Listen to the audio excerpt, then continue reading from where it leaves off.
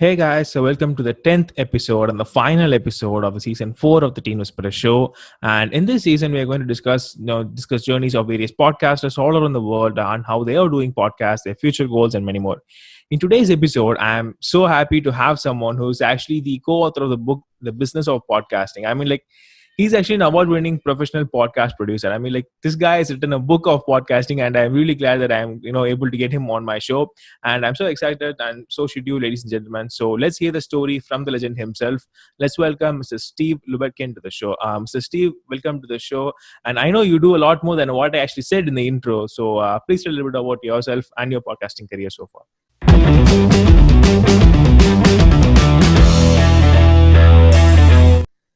Thanks very much, Jeffrey. It's great to be here.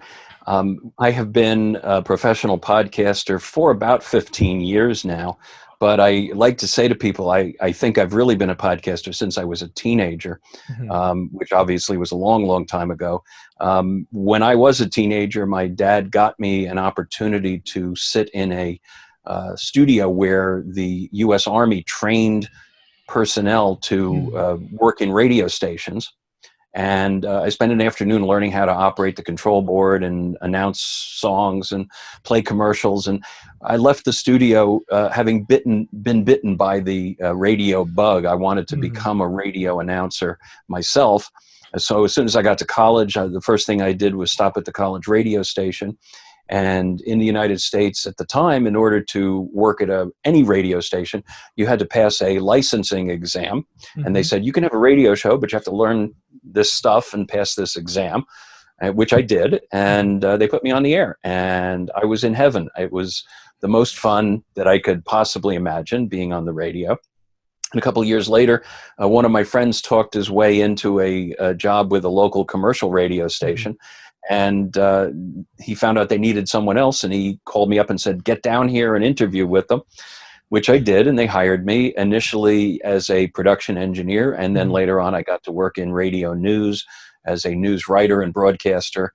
And I was just absolutely hooked. But the economics of broadcasting are such that you can't really make a good living at it in the United States. You have to bounce around the country and work at very small radio stations for many, many years before you get a tap on the shoulder, if you're lucky, to work in real radio. But going back to the comment about being a podcaster since I was a teenager, I left that initial radio training studio and went home and made a pretend studio in my parents' basement and started producing recorded radio shows that I could play back and listen to. And we had no way to distribute them at the time. There was no internet. There were no podcasts as we know them today. So it was just for my own pleasure. And then it was later on when I was leaving the corporate world after spending about 30 years in corporate public relations that the social media as we now know it, it was then called new media, only 15 years ago. And my wife heard a radio feature about podcasting, this new thing, and said, with your radio background, you should be really looking at this. Wow. And so I did. And I said, this is a great opportunity to use this channel for companies that want to communicate with their audiences better. But it has to sound a lot more professional than what I'm hearing from the early podcasters who are mostly hobbyists and enthusiasts. So I had to retrain myself because I learned radio in an analog world where we recorded sound on magnetic tape and editing was done with a razor blade and a grease pencil to mark the tape. We don't do that anymore. Obviously, it's all digital, and I had to learn how to use those digital tools. And then to gather the equipment that I would need to produce podcasts. And so around 2005, I started producing the first corporate podcasts that people were interested in. We did some banks and some insurance companies, and then we branched out and did some trade associations and professional organizations. It wasn't very long after that people started asking for video. And so I had to gear up for video and start producing video podcasts as well as audio podcasts. And we've been doing that, as I say, for about 15 years now. So it's been a lot of fun, and we've learned a lot of stuff along the way. Wow. That's totally awesome. But, two things from what you said is actually kind of really intricate this thought that what made you actually going through this 15 years? Didn't you ever get a block like, this is enough? Like, I don't know. I am not actually into this anymore. Did you actually get that block ever? No, not really, because I always loved the production aspects of radio and Mm-hmm. television. And the thing for me was to help companies, because I had this very long career as a corporate Mm-hmm. public relations person. I understood how the companies think about communicating with their audiences, and I could help them understand this new medium in a Mm-hmm. different way.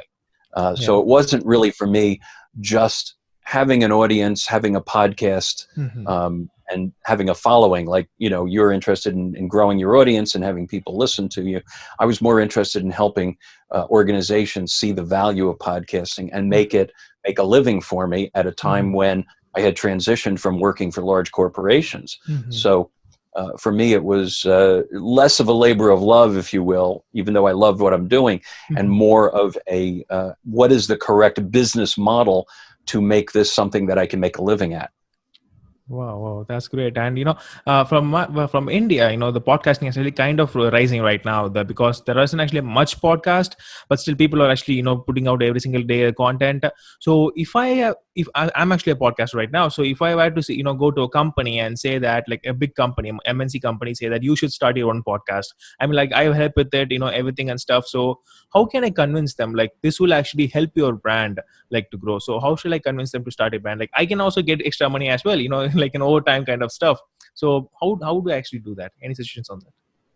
So, I think the thing for companies is that podcasting can be seen as another channel, Mm-hmm. another way to reach out to people who are interested in the products and services that they offer. Mm-hmm.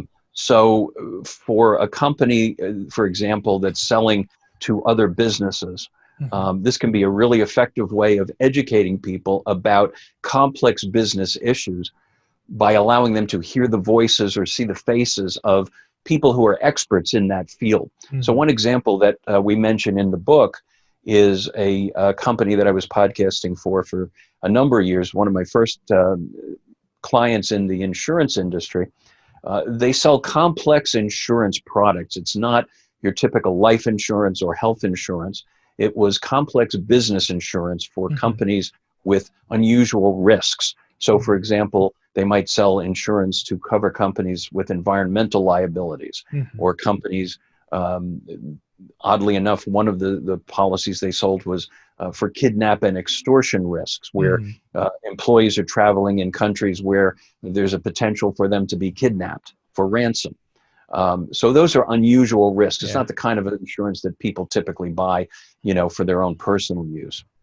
And one of the ones they were just rolling out at the time was cyber liability insurance. Now, today, everybody is well aware of the risks of cyber Mm-hmm. intrusion, people Yeah. hacking into your system, people stealing your customer data, people putting viruses or malware Mm-hmm. into your computers and bringing your company to a halt. Back then, this was a very new field. And the idea of buying insurance to cover the various aspects of this risk was new to people. So what the company did was commission a series of podcasts about what cyber liability is, what are the exposures, what are the Mm-hmm. things you have to think about. So it was more of an educational program rather than a commercial trying to say, we have the best claims, we have friendly agents, we have low policy premiums. It wasn't like that. It was Mm-hmm. educational conversations with the experts on cyber liability. What should I do to protect my business from cyber risk? How can I train my employees? All those things. And what it allowed them to do was avoid having individual conversations with people interested in that policy. Mm-hmm. Instead of getting on the phone and repeating the same half-hour message over Yeah. and over, the people selling the cyber liability policy could say, look, here's a link you can go to on our website. You can Mm-hmm. download a white paper about cyber liability and read that, or you can listen to our experts talk about it. Here's a podcast. And what it allowed them to do was have 13,000 or more downloads of that Wow. podcast, which is a significant chunk of that executive's Mm-hmm. time.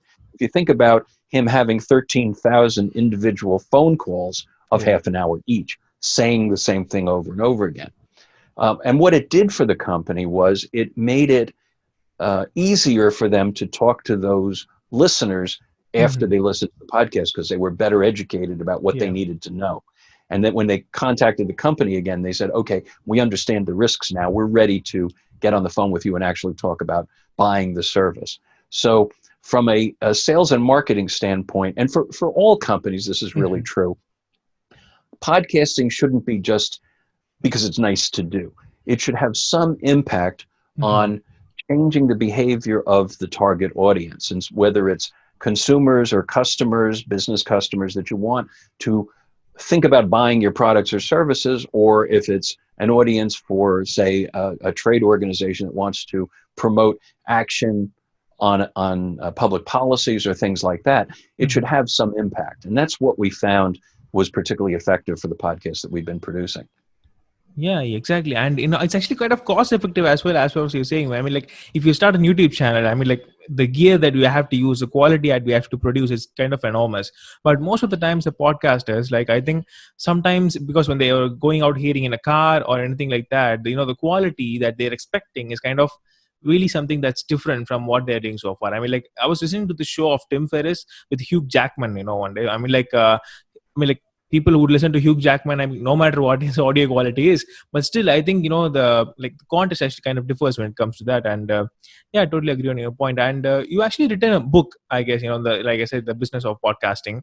But before going into the book, like tips and tricks and everything, what is actually your say, when it comes to what it takes to write a book? I mean, like what it takes, like the strength, the mind, what it takes to write a book. It's not easy because I always wanted to write a romantic novel, or I always wanted to do that. I don't know, but I never actually did that. So maybe I couldn't get the ideas right in my mind. So what's your thought? What does it take to write a book? Well, it was really interesting because the book is co-written with Donna Papacosta, Mm-hmm. who is a very well-known podcast producer and trainer in Toronto, Canada. And Mm-hmm. Donna and I had met first online through social media. Mm-hmm. And then in 2007, we met at a conference. There was a new media expo in Mm-hmm. California that we both attended and spoke at. And shortly after that, Donna contacted me and said, I have this idea for a book, and I really think we should write it together.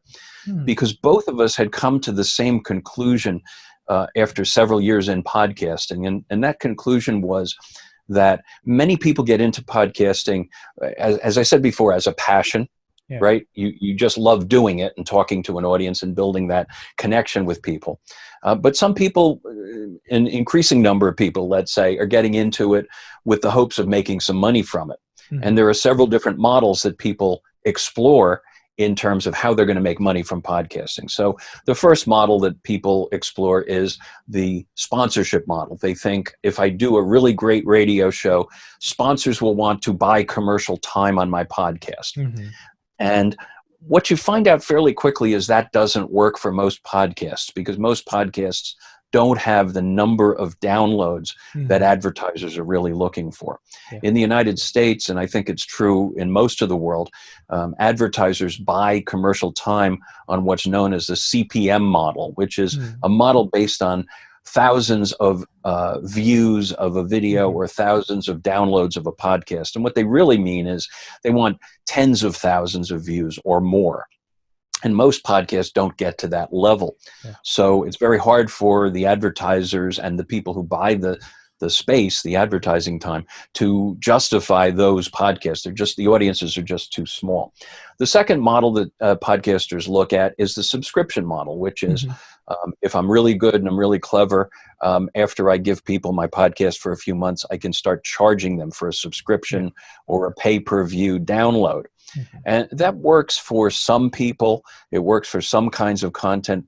But again, the vast majority of podcasters don't really generate the level of engagement that will make people willing to pay. And frankly, over the past 15 years or so on the internet, most media companies have sort of trained people to expect content to be free.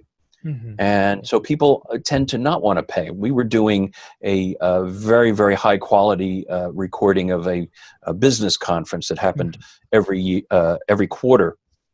One of the local chambers of commerce produced a panel discussion with leading executives in different industry sectors. There would be 4 or 5 of them on the panel, and these are people, running multi-billion-dollar companies, or government executives like economists from the Federal Reserve Bank, talking about the economy. And it was a really good quality conversation. We recorded them, and we got to a level of downloads where I said, maybe we should charge a little something for these, because we're getting thousands of downloads.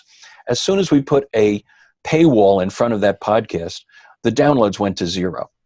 People were unwilling to pay for the content, even when it was good quality content.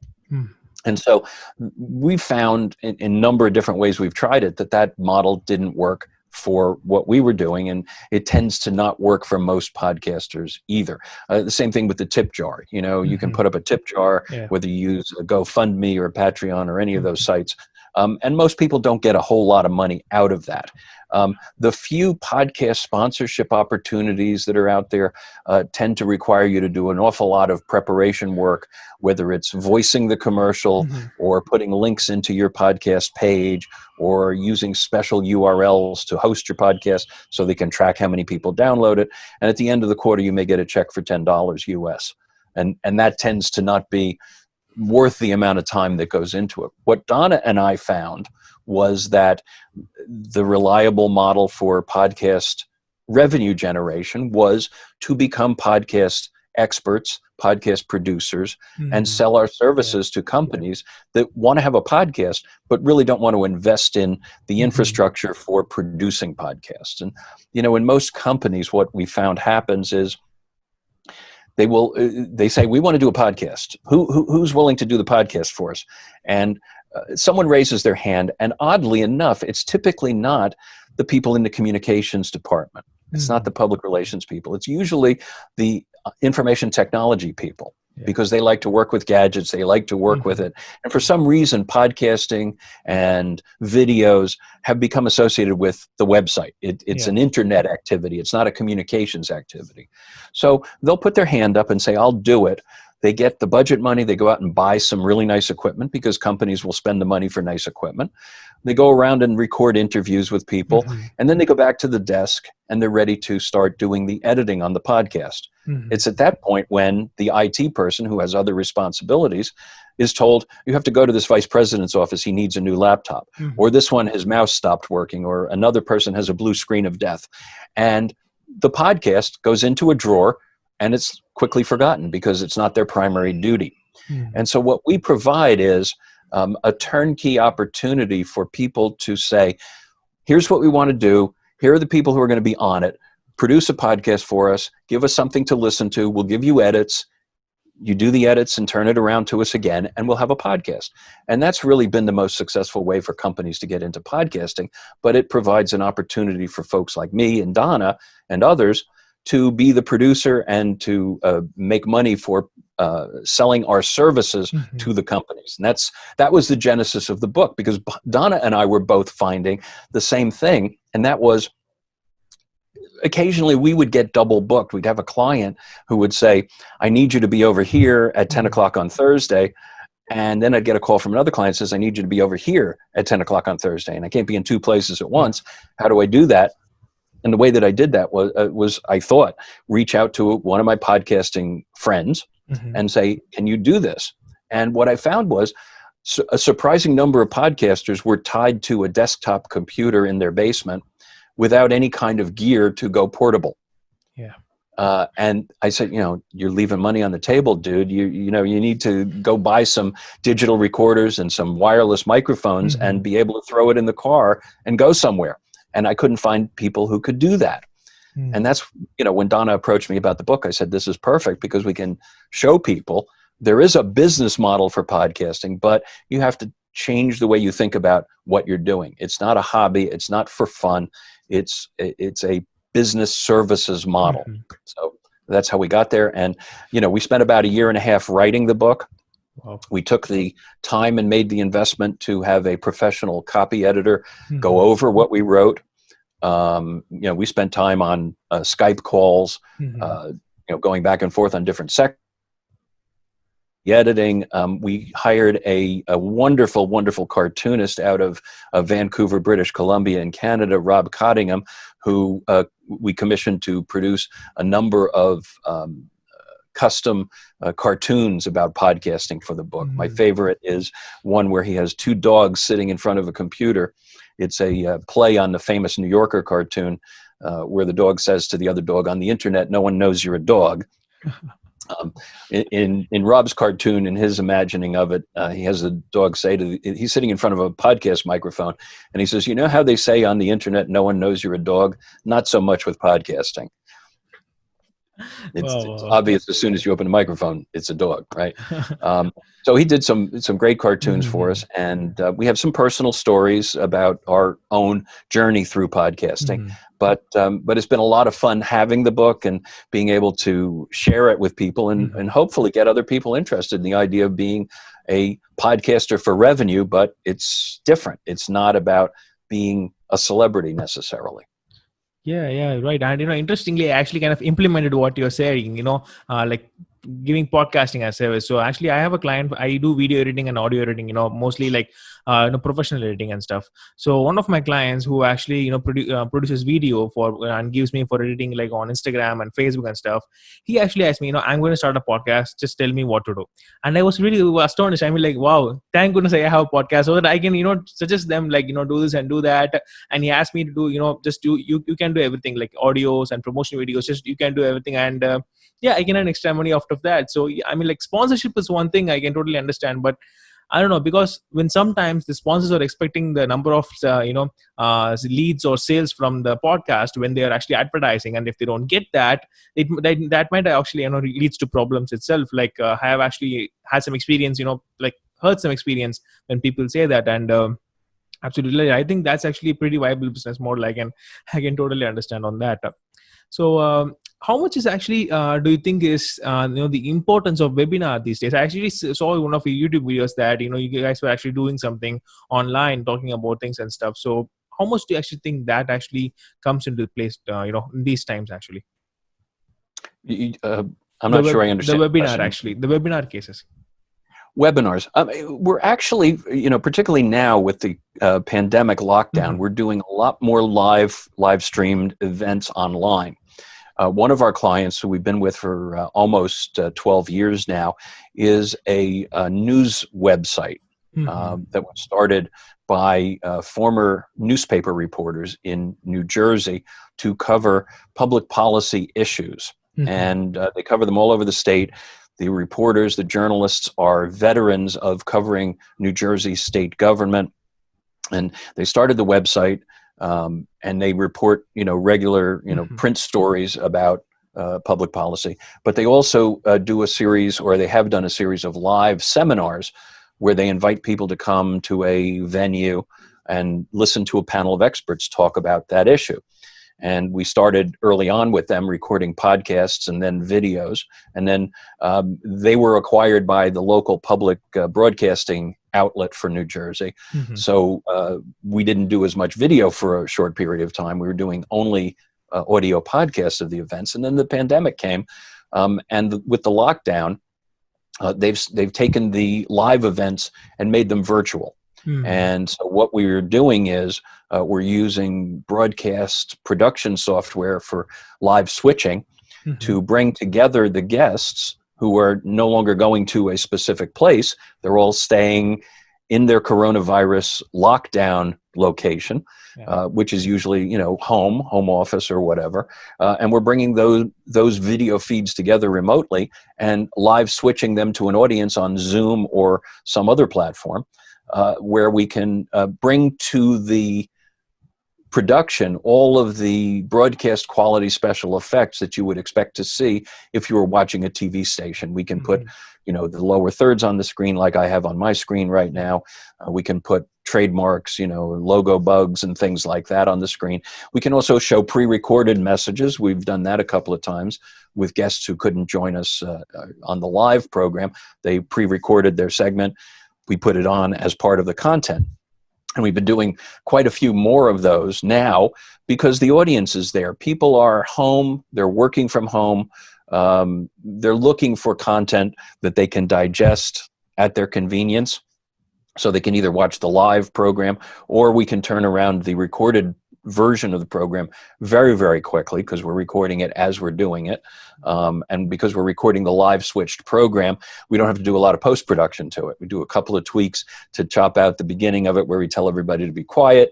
We cut out the ending where people say, they're taking off their microphones, but they don't realize they're still live. That sort of stuff. And we make it into a polished, finished recording, and people can listen to that or watch that at their convenience. So there's a lot of opportunities. People tend to do webinars, I think, badly, because I think they rely way too much on PowerPoint slides as they do in live seminar settings. The slides should not be the focal point. The focal point should be the subject matter expertise of the speaker and the speaker's personality.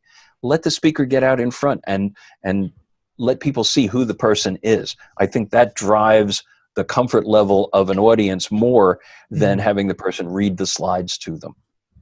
Yeah, and actually, I really wish people would agree more onto that, because whenever I'm taking seminar, people always consider more on the slide. That's one of the reasons why I would just put a white slide and a black text, like just 1 or 2 points, because I just want people to see me rather than seeing the slides. I don't know why people are more interested in the slides. I mean, like, yeah, it's kind of colorful and everything and stuff, but I think the speaker always matters.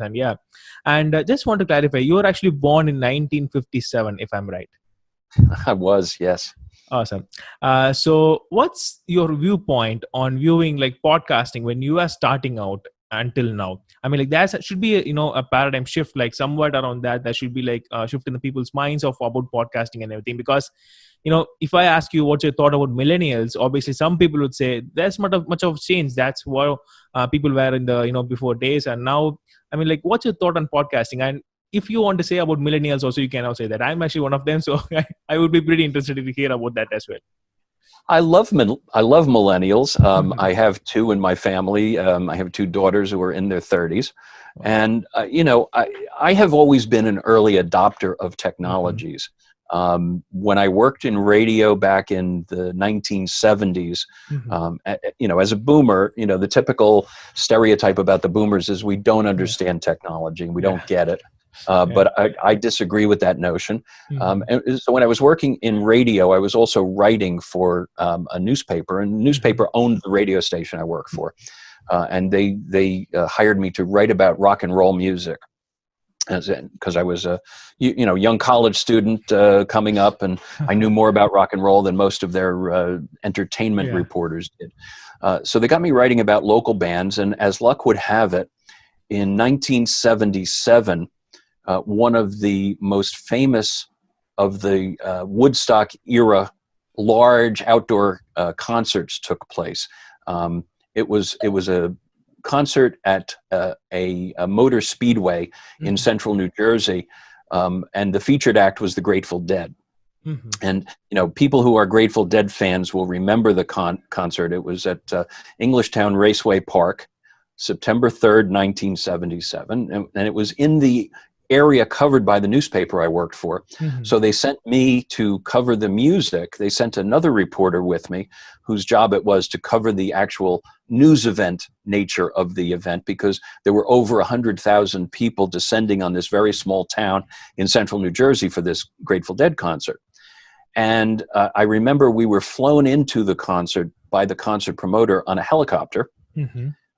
And the newspaper had an early deadline. The concert was on a Saturday, and because it was a Saturday, there was an early deadline for the Sunday newspaper, and they wanted our coverage to make the paper. The newspaper we worked for was one of the first in New Jersey to computerize its newsroom in the early mid-'70s. And they had these portable terminals, data terminals, and I'm exaggerating the size. It's much larger than that. It was about the size of a suitcase. Wow. It weighed about 60 pounds, and it came with a whole bunch of cables and wires, and it required an acoustic coupler to connect to a telephone. And so they gave us this and said, write your stories on this and feed them back to us from the site so we get it in the paper. And when we landed, we realized, the technology did not have, there was no internet, right? We had to find a place to plug in this portable data terminal because it didn't run on batteries. Mhm. And that power source needed to be near a telephone because we Mhm. had to also plug into the telephone to feed the stories back to the newspaper. But somehow we managed to find a place where we could do that. And as far as I can tell, it was the first rock and roll concert in history that was covered using a portable computer. And we were the ones who did it. Wow. You flash forward about 11 years, I was working for a technology company. Mhm. This is 1988. And I went to a conference in Santa Cruz, California, where I met someone who wrote for a computer trade publication. He gave me his business card, and he had his email address on the business card. And I thought, wow, that is really cool. Yeah. And I came back home from the conference, and I ordered new business cards with an email address on them. Mhm. So I tell people, I was using a portable computer at a rock concert in '77, and I've had an email address on my business card since 1988. I think I have a little something going on about technology. I'm not afraid of it. I want to learn how to use it. I want to learn new stuff. And, this journey into podcasting has been a perfect way to leverage the skills that I learned Mhm. along the way, but also to transform them and use them in new and different ways. So, and I think the millennials do a great job of that. Mhm. I've gone, when I first went out on my own 15 years ago, I started going to networking events. And a lot of the networking events had people my age who had suddenly found themselves without a corporate job and didn't know Mhm. what to do. And also at these things were some of the millennials who were hanging out and building websites and building companies themselves. And I learned fairly quickly that I would learn a lot more at those events if I went over to the side of the room where the people with the piercings and tattoos were, than if I stayed on the side of the room where the people wearing suits. Yeah.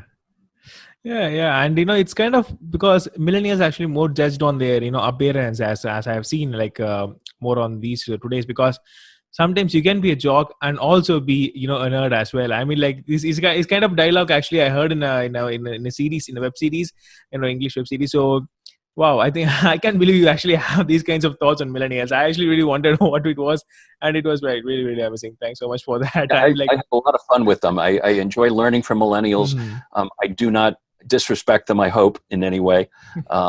But I also, would like to be respected as well. That Yeah, I'm yeah. willing to learn, and I'm not dead yet, as they say. Oh, that's an awesome one. So, just one question, out of the context is that is actually morning or evening there? What's your time? It is a little bit after noon. It's around the lunch hour here. Awesome, awesome. So, who was the last person that you actually made smile today? Say that again. Who was The the last person. last person that you actually made smile? I'm not sure I understand. I'm sorry. Made smile, a laugh. Oh, made smile. Made Ah, smile. Oh, it would be my wife. Absolutely. Yeah, wow. we my wife and I are, my wife is retired, Mhm. and we are, obviously not quarantined, but we are, staying home to protect ourselves. And, we have a lot of fun. We have two cats that we enjoy, Mhm. and we were watching some funny videos this morning, and we just had a real good time laughing at the funny videos. So. Oh, great. And just one curious thought actually came to your mind right after you said that. You said your wife only said, that she heard somewhere in social media about like podcasting, and she told you, and you should do that.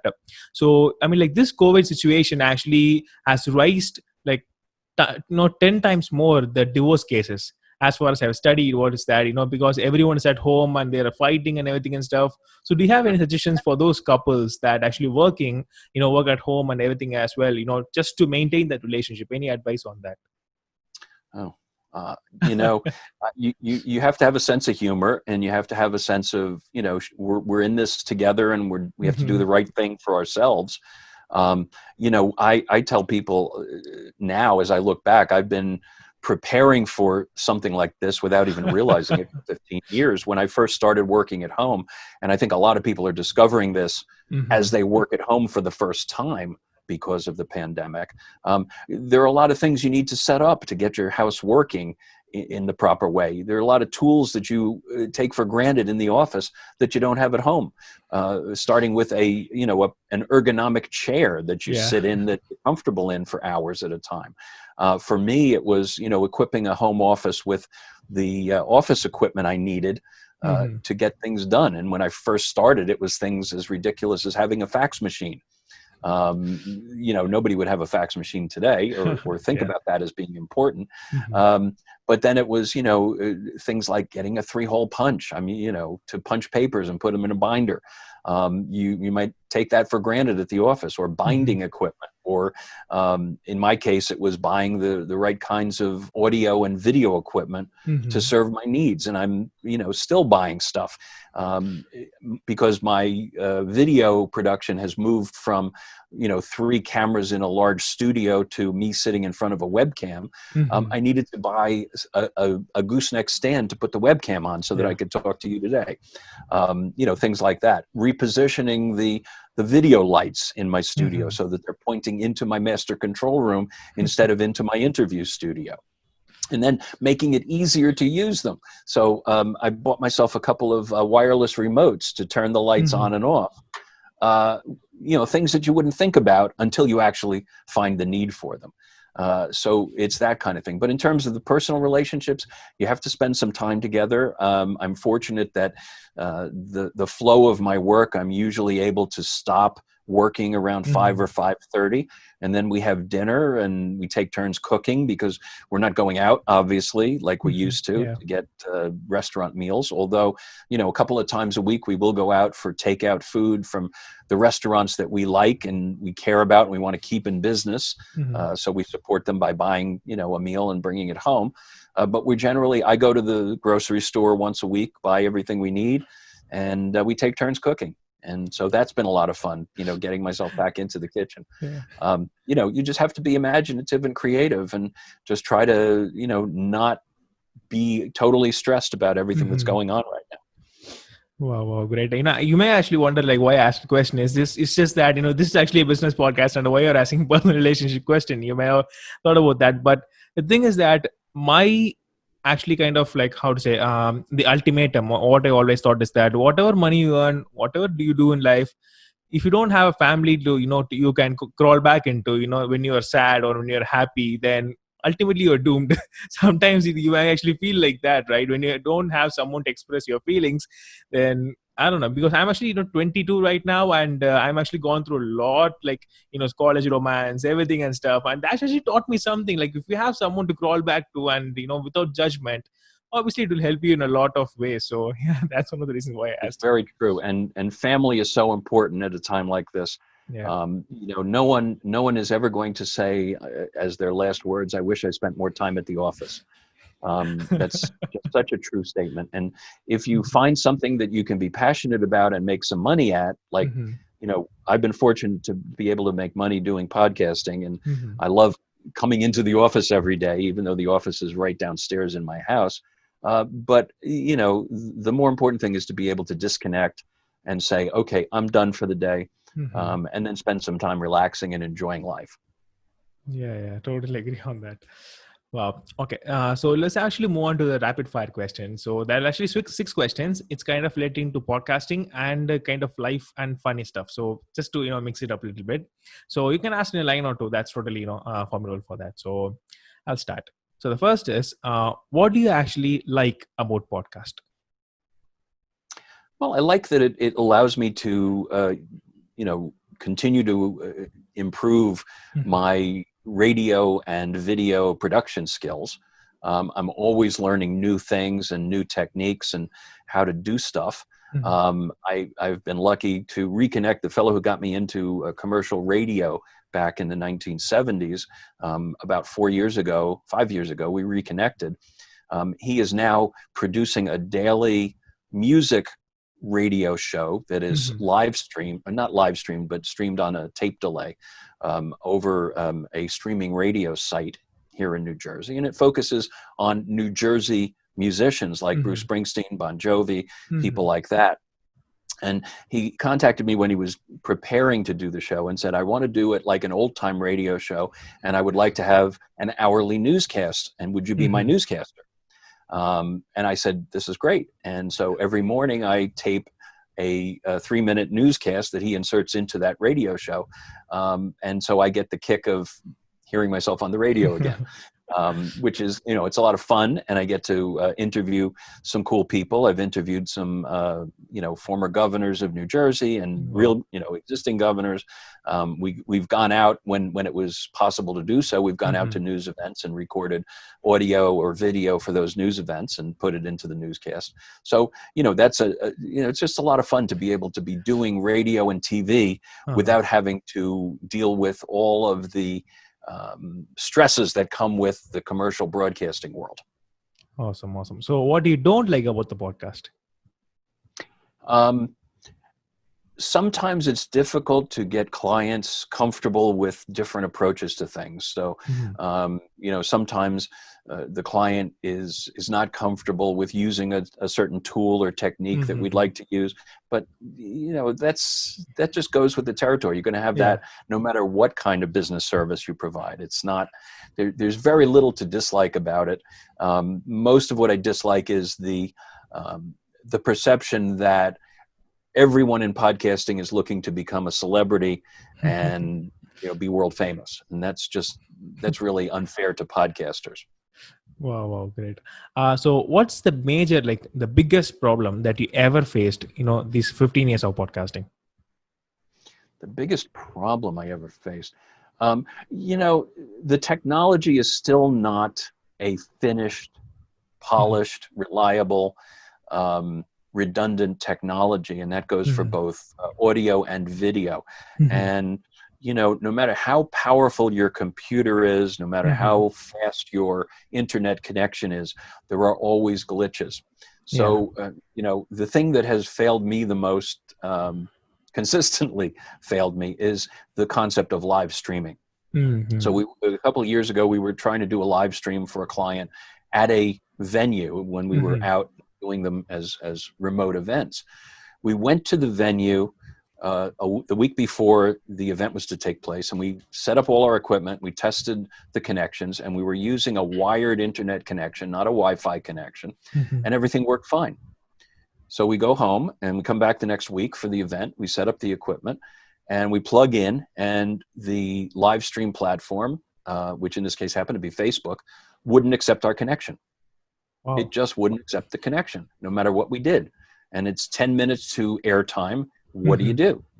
And so, fortunately, I had started using Zoom for some programs, and I was able to quickly switch over to Zoom and feed the live stream content into a Zoom conference, and put up a note on the Facebook page saying, "Hey, we're sorry. The Facebook Live you were expecting is going to be done as a Zoom. Here's the link." And we still got a number of people on it. But the idea that, if it goes down and you can't connect to it, you have no one you can call. There's no one you can call at a place like Facebook or Google. There's no tech support. You're on your own. And so that kind of fail, you should be expecting it to happen and have a plan B. But there are times when you never know. I'm working on a second book, which goes back to my radio career. I'm calling it Management Lessons from the Radio Control Room. And one of those management lessons has to do with in radio in the United States, they typically put the conversations on a 7-second delay. In other words, there are 7 seconds between the time the person says it and the time it actually goes on the air, so that you have time to bleep them if they use a profanity or say something objectionable. And the way we did it back then was with a loop of magnetic recording tape going around a tape machine. And while I was doing one of these shows, I happened to look at the tape machine, and the loop of tape had separated at the splice. Oh my God. And I knew at that moment, I could see when my show was going to go silent. And I had to figure out, how do I keep this show going with the tape loop about to disappear? And, we figured out how to do it. And you'll have to read the book to learn what we did. Wow. You've actually gone through a really great adventure, I think. So 15 years of podcasting, I guess. I've enjoyed it. And, it's been a good ride. Oh, great. So this question, I think, is totally contradictory for what you're saying so far. Is that if you have never done podcasting, in case you have never done it, never started a radio station, or never done it, what else you would have done in those times? Well, if someone who's starting out and wants to do a podcast, you first have to have an idea of what you want. What information are you going to convey? What's the topic or the approach going to be? Mm-hmm. And who are the speakers going to be? Um, I think the one thing that happens a lot is people think podcasting is just a matter of me talking into a microphone. Mm-hmm. And what people find out is if they're going to talk all alone into a microphone, it's really hard. Yeah. It's really hard to carry that for a long period of time and make it interesting to an Mm-hmm. audience. That's why there are so few people who become successful as talk show hosts, right? Yeah. Um, and I think the more interesting you can make it, the more likely you are to draw an audience. Mm-hmm. And so that means, interesting guests or interesting topics and editing. Mm-hmm. Some people have a tendency to believe that you push the record button and then when you're done, you push the stop button. And that piece of recording that you've just created is what you put out. There's a lot more work that goes into it. And Yeah. if people actually realize how much work goes into producing some Mm-hmm. of the very popular, best listened to podcasts, Mm-hmm. the ones produced by major media companies, they would have a keener appreciation for how hard it is to produce really good quality sound or video. An enormous amount of editing goes into it. For every hour of field recording we Mm-hmm. do for video, if we're doing a video news story, we're spending 2 or 2.5 hours editing. Wow, wow, wow. That's a whole bunch of things. I mean, like, I know because once it's done, once this podcast is done, I mean, like, I have to go and for edit for the YouTube video, edit micro content out of it, write a copy for it and write the script for it. Yeah, it's kind of really big stuff. Yeah.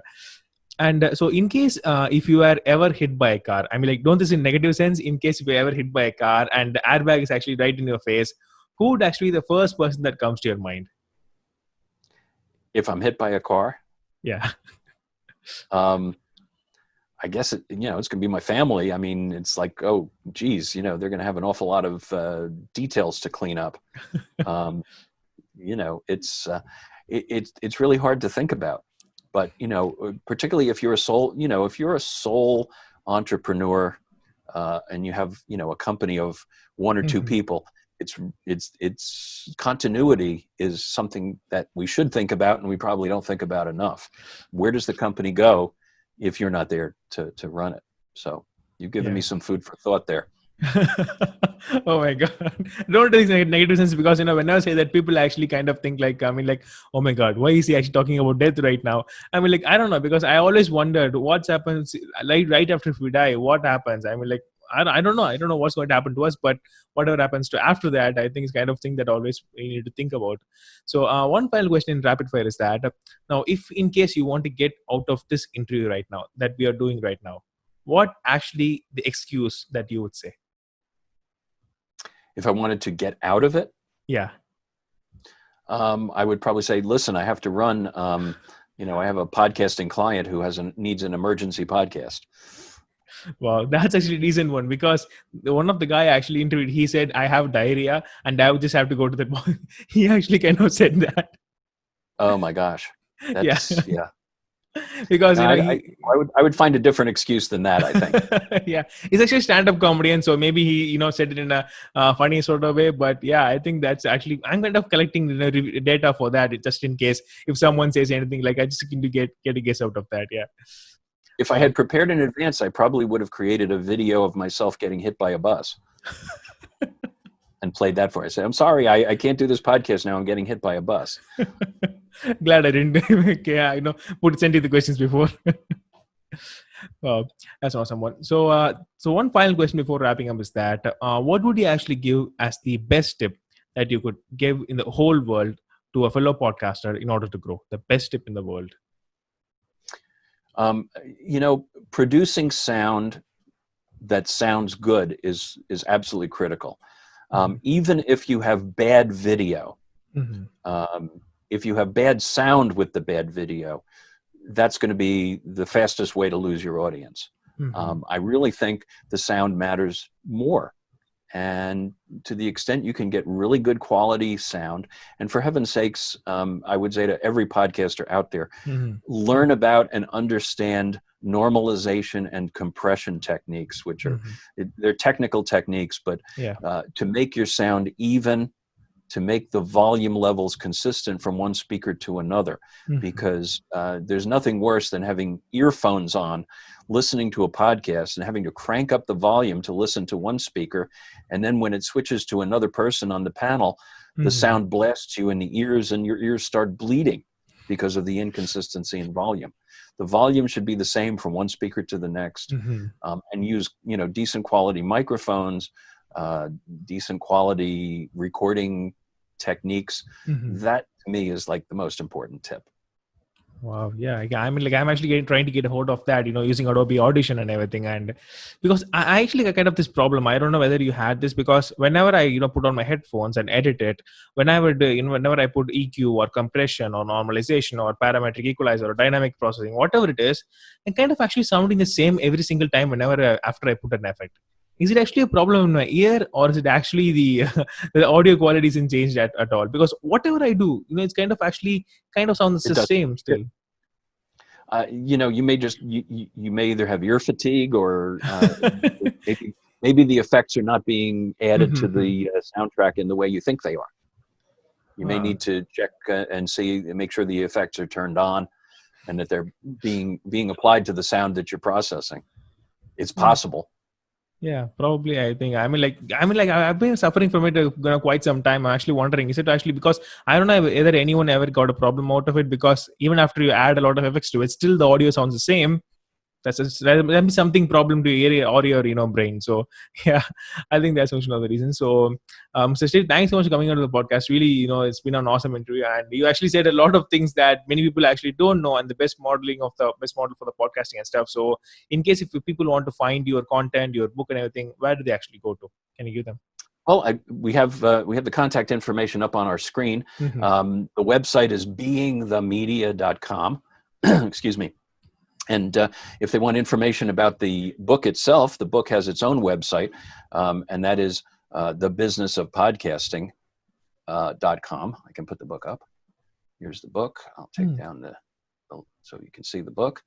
Thebusinessofpodcasting.com, and we have some podcast interviews that I've done and that Donna has done are on that page. And so you can go there and get information about that. And if they want to follow me on Twitter, I'm at Podcast Steve on Twitter, and we hope that people will listen and enjoy, and I'd be happy to hear from anybody. And I really appreciate the opportunity to be with you today. Wow, thanks for the opportunity to being with me. I mean, like, that's really an awesome thing to do, and thanks so much, guys, for listening to this podcast. And we actually discussed a ton of things, and like always, I will leave the timestamps below so that you can just directly go to the content whichever you like. And thank you so much, Mr. Steve, coming out to the podcast. And is there anything that you want to convey last, as like a disclaimer, anything like that? Oh, we'll see you out there on the net. Let's see you as well, guys. Thanks for listening, and I'll see you guys in the next podcast.